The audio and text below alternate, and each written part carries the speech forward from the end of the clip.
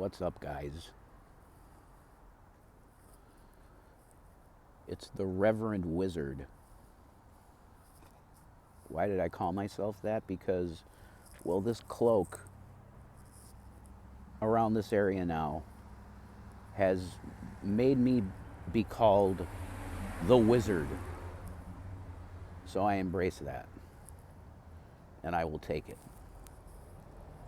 I hope all you guys are doing well. Me? How am I? I'm blessed every day. This is my home. Yeah, I got no permanent roof over my head. But God finds a way every day to show me that He still loves me. So that's pretty cool. And I got coffee. And I got cigarettes. Because of one angel out there. And because of that angel, I supply homeless people around here with a lot of cigarettes too. So, who was it? I can't remember which reaction, whatever channel said it. But they're like, guaranteed Rev is going to be live streaming soon. No. But I decided to give you a video here. Because you do deserve that. Somebody said, "What? Oh, we've been here for years, Rev, with you. Supporting you. And you can't even make a fucking video for us." Well, I'm making the fucking video now.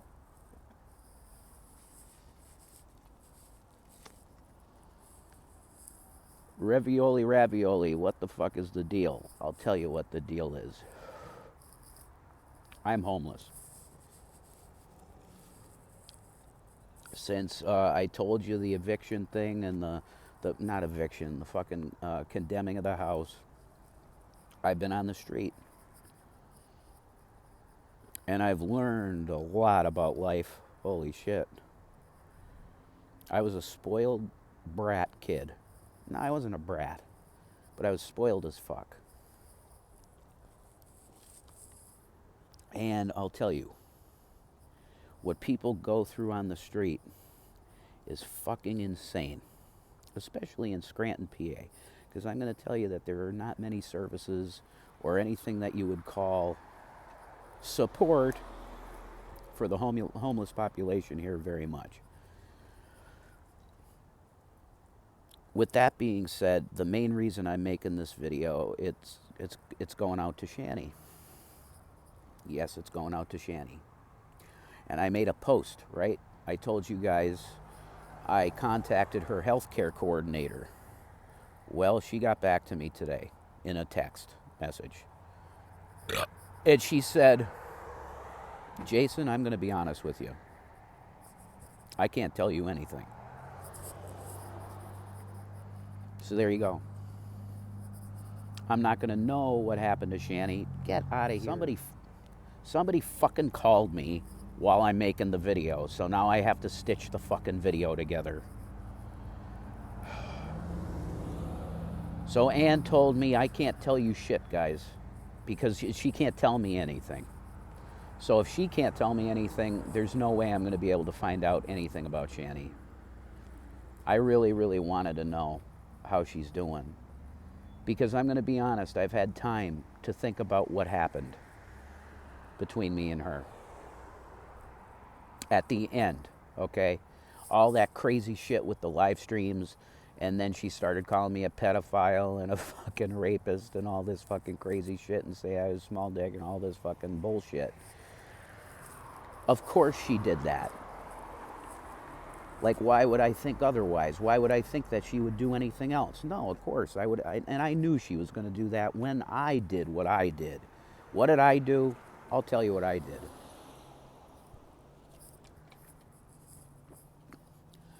I was really done with the relationship. Done. And I knew that the only way that she would be okay with us being apart was if I went real negative on her. It was a huge mistake. And I regret it. And I hope Shani sees this someday. Because why? What am I saying to you, Shani? I'm saying to you that I only wanted the absolute best for you, ever. And since having time alone, a lot of time alone, and being lonely as fuck, because that's the way it is when you're homeless. There's a lot of people around you when you're homeless because you got to come together as a community. But it's also very lonely. If you don't have your girl out here with you, because there's some individuals that have their woman out there out here with them. That's fantastic. You know, if you can go through this with another soul, that's fantastic. But if you don't have somebody to go through it with, this is fucking death. You saw in my post I said I spent a night with a guy in a tent. Yeah, we cuddled. It's a guy, actually, he was a year below me in high school. And, or maybe a couple years below me in high school, I'm not sure. And, yeah, we cuddled. Why? We had to. It was like 19 degrees out at the end of the, going into the morning. We were in a kiddie tent, and the thing was collapsing on top of our heads because it was like not that cold at the nighttime. And it was raining all night. I did the neck thing. Laugh at that, motherfucker. Look at the Times building. That's Scranton, PA for you. This is my home. And I've been getting to know the streets, you know? It's a fucking cool place. I know this place way better than when I had a house here. Go figure. But I cuddled a man to get warm. And I'm going to tell you, it was the weirdest fucking thing I've ever experienced. Bizarre. Cuddling a man. Did I ever dream that I would cuddle a man for any reason? No. But I did, because I had to, because it was freezing.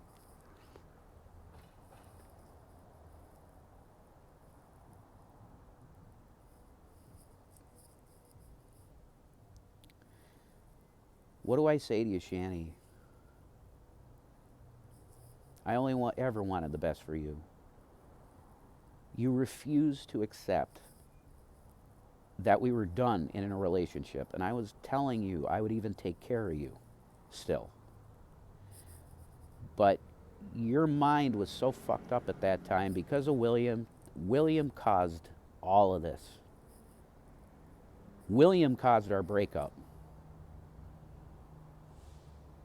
And I know I'm going to get so much hate for this. How dare you attack her kid?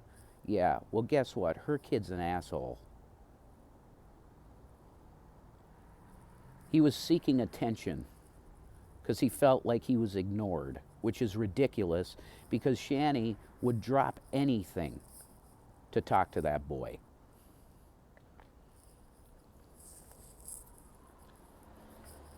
He went silent on her when he knows that kid is smart. He knows how much that would have fucked her up. And it did. Bad. And it did cause our breakup. It led to it. Because her depression after him going silent made her like she was dead already.